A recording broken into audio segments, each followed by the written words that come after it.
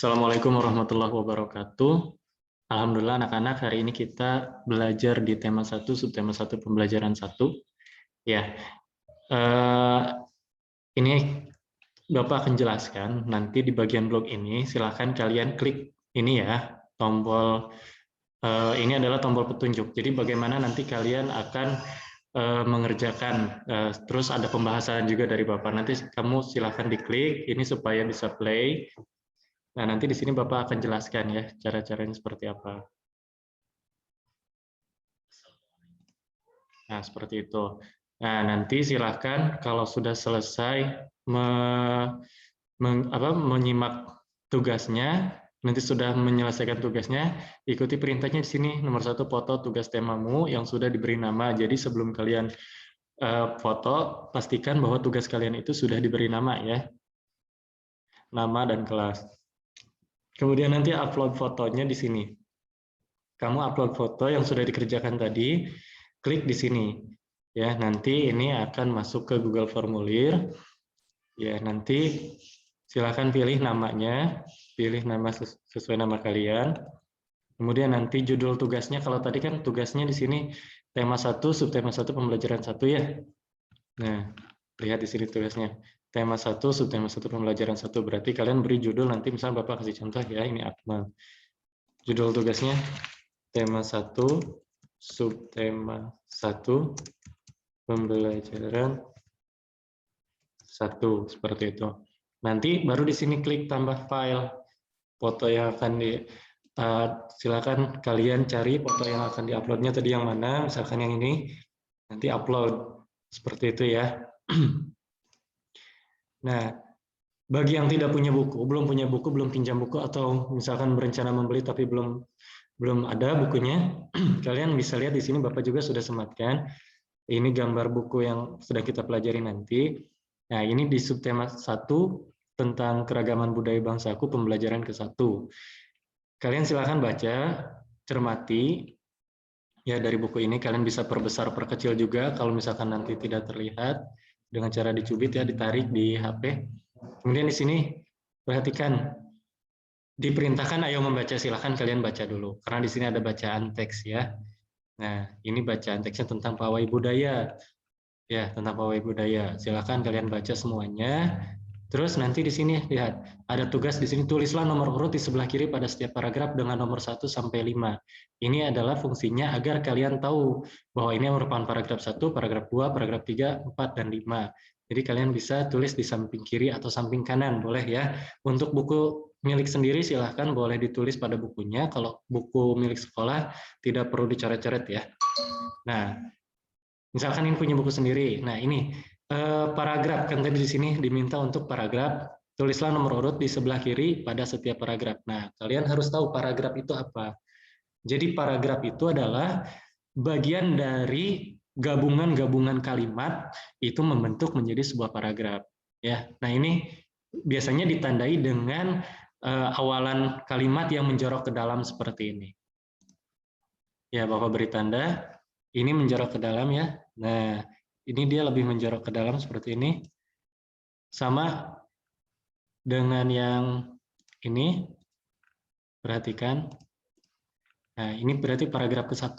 Sama dengan yang ini ada menjorok ke dalam juga, berarti ini paragraf kedua. Nah, kalian boleh, yang buku pemilik sendiri boleh ditulis di sininya, bahwa ini adalah paragraf 1. Seperti itu. Terus, misalkan, klik lagi ke bawah. Nah, ini yang menjorok ke dalam bagian 2, berarti ini paragraf kedua. Seperti itu, dan seterusnya. Jadi, cirinya adalah ada pada bagian-bagian yang menjorok ke dalam. Biasanya paragraf seperti itu. Jadi, di sini ada berapa paragraf? Perhatikan 1, yang ini, kemudian yang ini 2, sampai sini, yang ini 3, ini berarti paragraf ketiga, yang ini berarti paragraf keempat, sampai sini, dan yang ini berarti paragraf kelima.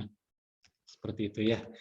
Nah, nanti diisi bagian sini, apa yang dibicarakan pada paragraf ke-1. Jadi kalian lihat tadi, paragraf 1 yang mana? Yang ini. Nah, yang dibicarakan pada paragraf ke-1 ini mengenai apa? Kalian baca dulu. Bapak bantu bacanya.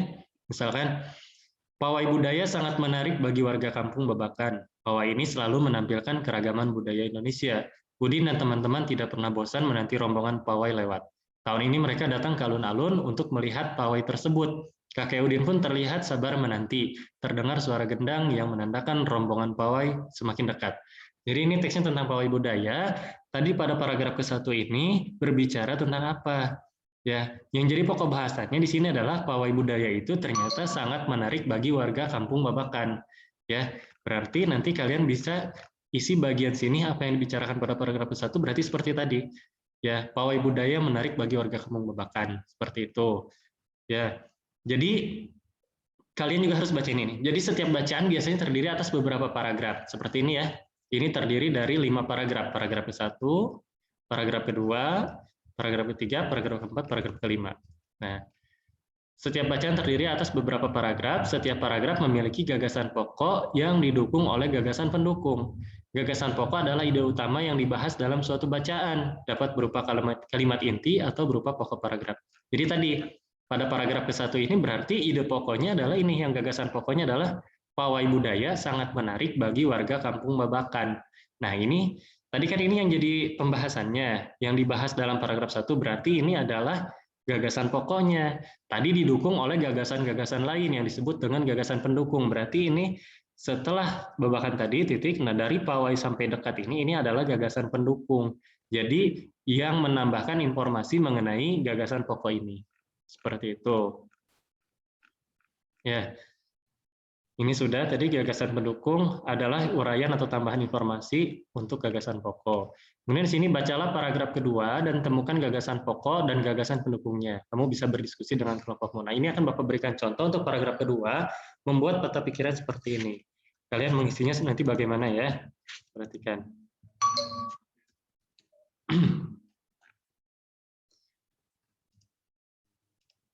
Untuk paragraf kedua, nah, sudah tampil ya? Sudah tampil di sebelah kanan. Ini akan Bapak berikan contoh. Tadinya kosong seperti ini untuk paragraf kedua. Nanti kalian bisa isi di paragraf 3, 4, dan 5. Kita akan bahas paragraf kedua. Ini paragraf ke-1, dan ini paragraf kedua. Nah, gagasan pokoknya apa? Gagasan pokok itu berarti yang menjadi pokok bahasan pada paragraf kedua ini. Kita baca dulu. Di barisan pawai terdepan terlihat rombongan dari Maluku. Rombongan laki-laki mengenakan kemeja putih, jas merah, dan topi tinggi dengan hiasan keemasan. Rombongan perempuan mengenakan baju cele. Baju ini terdiri dari atasan putih, berlengan panjang, serta rok lebar merah.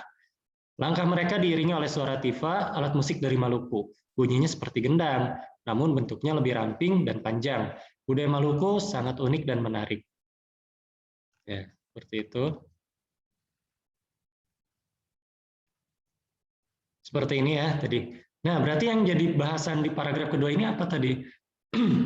Yang jadi bahasannya adalah di barisan pawai terdepan itu terlihat rombongan dari Maluku. Nah, yang lainnya, kalimat lainnya ini menambahkan informasi mengenai rombongan Maluku. Berarti ini adalah gagasan pendukung seperti itu. Berarti bisa kita buat gagasan pokoknya seperti ini. Lihat tampil sebelah kanan. Berarti gagasan pokoknya adalah di barisan pawai terdepan terlihat rombongan dari Maluku. Ya, terus nanti yang sebelah sini kotak-kotak lainnya diisi dengan gagasan pendukung. Gagasan pendukungnya tadi di sini tergantung dari paragraf itu sendiri.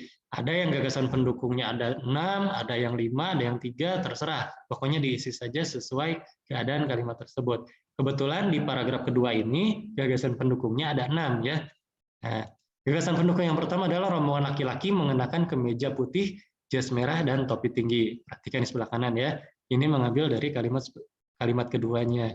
Terus, nah, gagasan pendukung lainnya adalah rombongan perempuan menggunakan baju celek. Terus, baju ini terdiri dari atasan putih berlengan panjang serta rok berwarna merah. Kemudian, langkah mereka diiringi oleh suara tipa alat musik dari Maluku. Ini mengambil dari kalimat yang ada di sini semua, dari gagasan-gagasan pendukungnya. Kemudian di sini yang selanjutnya ada bunyi seperti gendang, namun bentuknya lebih ramping. Ada ya di sini ya semua ya. Kemudian sampai yang terakhir. Nah, nanti kalian mengerjakannya seperti itu. Nanti kalian mengerjakan seperti itu. Bagian yang ini ya, silakan yang punya bukunya langsung dikerjakan di buku. Bagian paragraf 3 silakan nanti dilihat bagian paragraf 3 apa yang dibicarakan, gagasan pokoknya apa, nanti gagasan pendukungnya tulis. Ada berapa gagasan pendukungnya?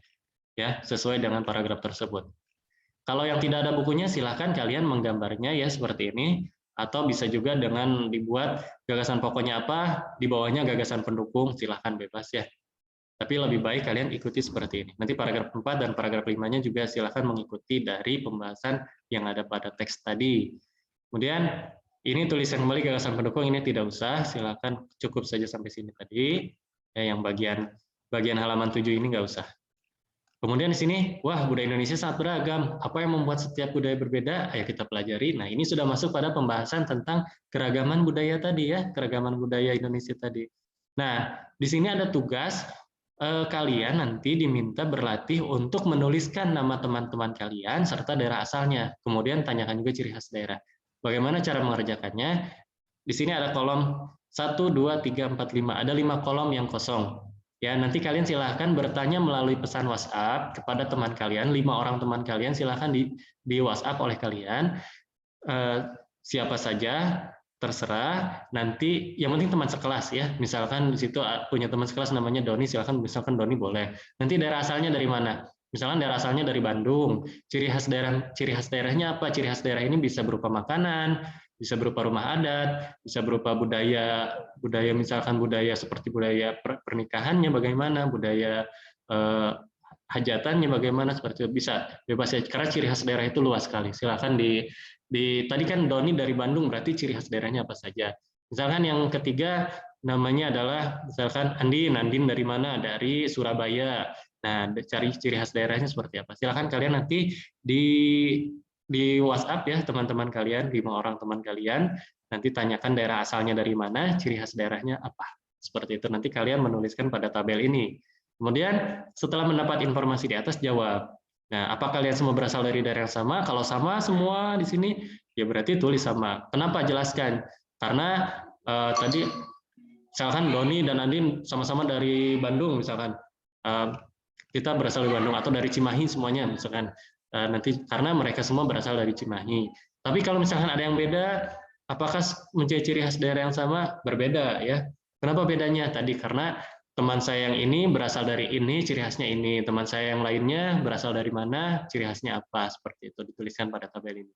Bagaimana sikap yang harus kalian tunjukkan terhadap perbedaan yang ada? Perbedaan itu kan tadi macam-macam ya. Ada perbedaan agama, ada perbedaan budaya, ada perbedaan rumah adat, makanan khas.